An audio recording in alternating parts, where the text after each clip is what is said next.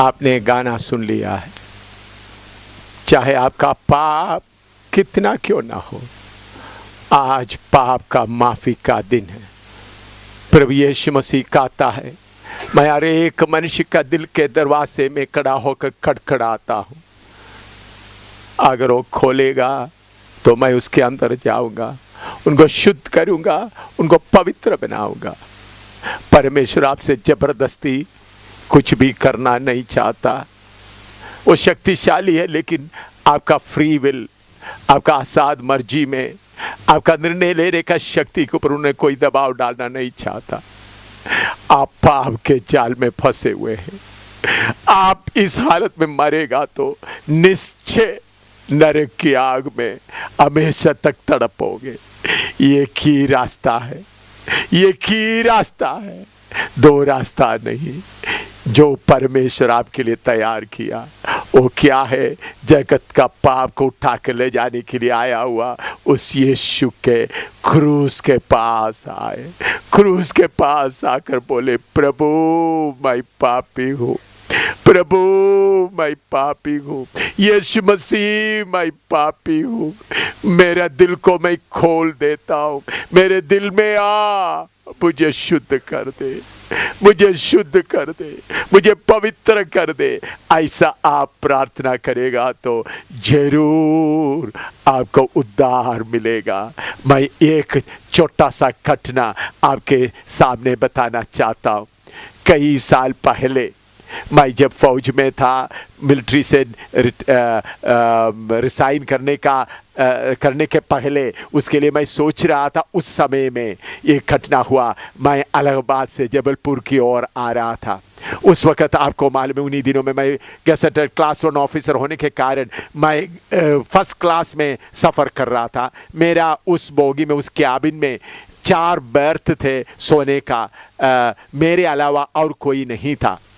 तो जब इलाहाबाद में आया, उधर में बहुत भीड़ थे, भीड़ में बड़े बड़े लोग थे और मिनिस्टर लोग थे, पुलिस आईजी वगैरह सब थे। उन लोग सब मिलकर एक आदमी को, एक बुजुर्ग को मंच में उठाकर मेरे उस कैबिन में लेके आया। और वो पीला वस्त्र पहना हुआ व्यक्ति था, बाल पूरा पके हुए थे। उन्होंने, उनके पास में एक पीला कपड़ा था, उन्होंने कोई चीज़ को अपने हाथ से छूता नहीं था। रेलगाड़ी का भी हैंडल को उन्होंने उस पीले कपड़े से ऐसा पकड़ता था। और उन्होंने अंदर आया तो उनका सेवादार दूसरा बोगी में रहता था। उन लोग आकर के जल्दी उनका बिस्तरा वगैरह डालने के बाद उन्होंने जब आया, रात का 9 बजे का समय था, उन्होंने उनके पास में एक बोतल से गंगा जल लेकर उधर में छिड़क दिया। फिर उसके बाद उन्होंने अपना बिस्तरे में ऐसा हाथ बैठ कर मनन करने के लिए, मेडिटेशन करने के लिए बैठ गया। रात का 9 बजे का समय तो उन्होंने मेडिटेशन हो गया तो मुझे मालूम हो गया वो सोने जा रहा है। तब मैंने बोला, पिताजी, क्योंकि वो मेरे से बहुत ही बुजुर्ग है, पिताजी मैं आपसे एक सवाल पूछता हूँ। उन्होंने बोला, बेटा पूछो।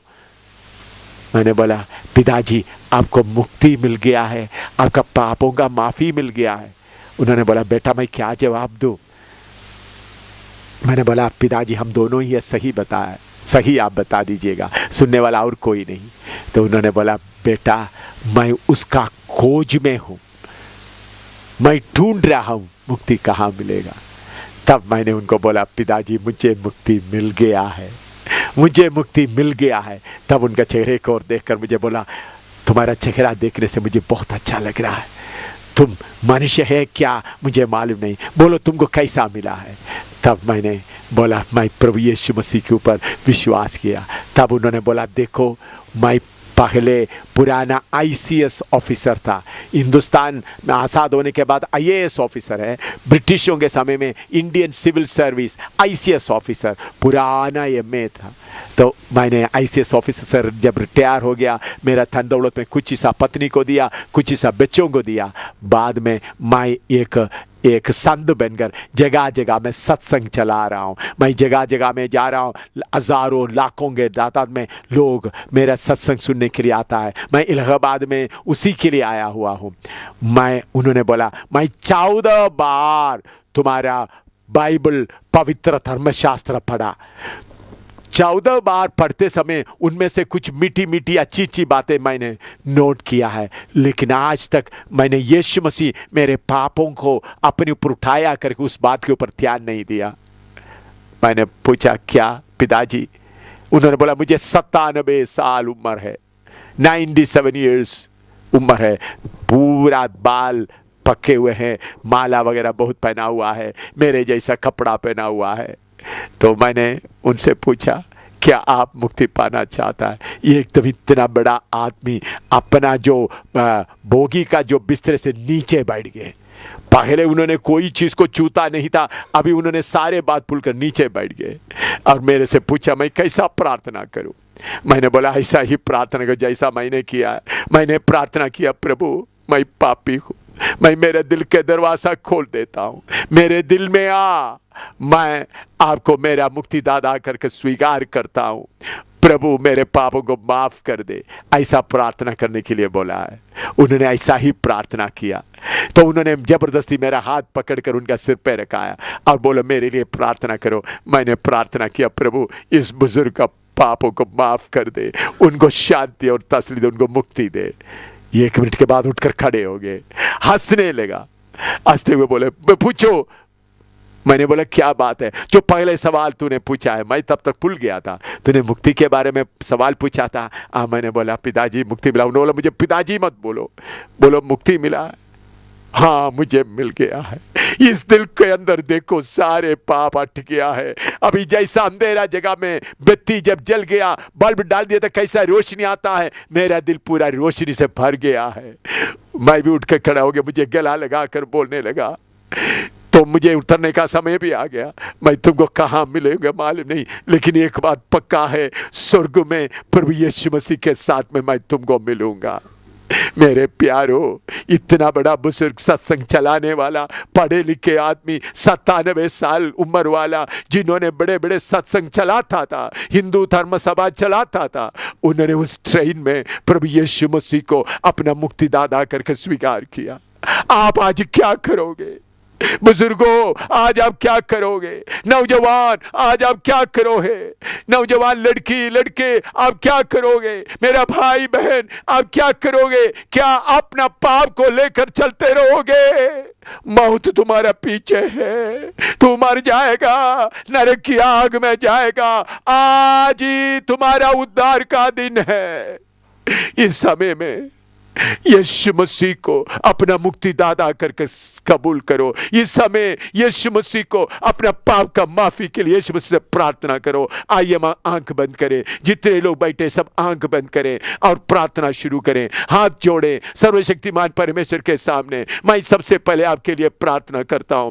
प्यारे पिता, जितने लोगों ने वचन सुना है उनको अपना पाप के बारे में ख्याल कर, उस पाप में मरने ना दे, उनका पाप को पूरा पाप से पूरा आजाद पाकर जीवन बिताने के लिए कृपा दे। अभी मेरे पीछे पीछे बोले, जितने लोग बैठा है, जितने लोग पापों का माफी पाना चाहते हैं, मेरे पीछे पीछे ये प्रार्थना करें। मैं बोलूंगा, मेरे पीछे पीछे बोले, हे सर्वशक्तिमान परमेश्वर प्रभु यीशु मसीह, मैं विश्वास करता हूं आप मेरे लिए क्रूस पर अपना जान दिया है।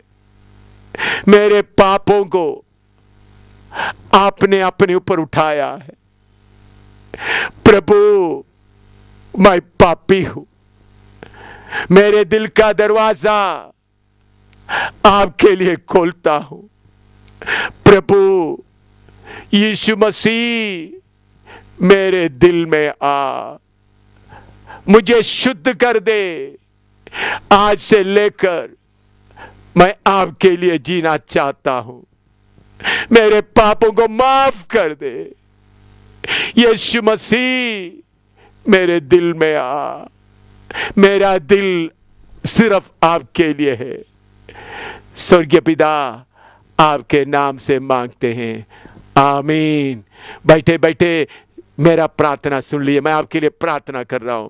सर्वशक्तिमान परमेश्वर, जिन्होंने अपना दिल से सच्चे प्रार्थना किया है, उनके पापों को आप माफ कर दे, उनके दिल के अंदर का गंदगी को निकाल दे, जो अंधकार का शक्ति उनको बांध कर रखा है, उन सारे अंधकार का शक्तियों को मैं यीशु मसीह के नाम से आज्ञा देता हूं, उनके दिल से जाती रहे, हमेशा के लिए उनके दिल से जाती रहे। यीशु मसीह के नाम से मैं उनको आजाद कर देता हूं।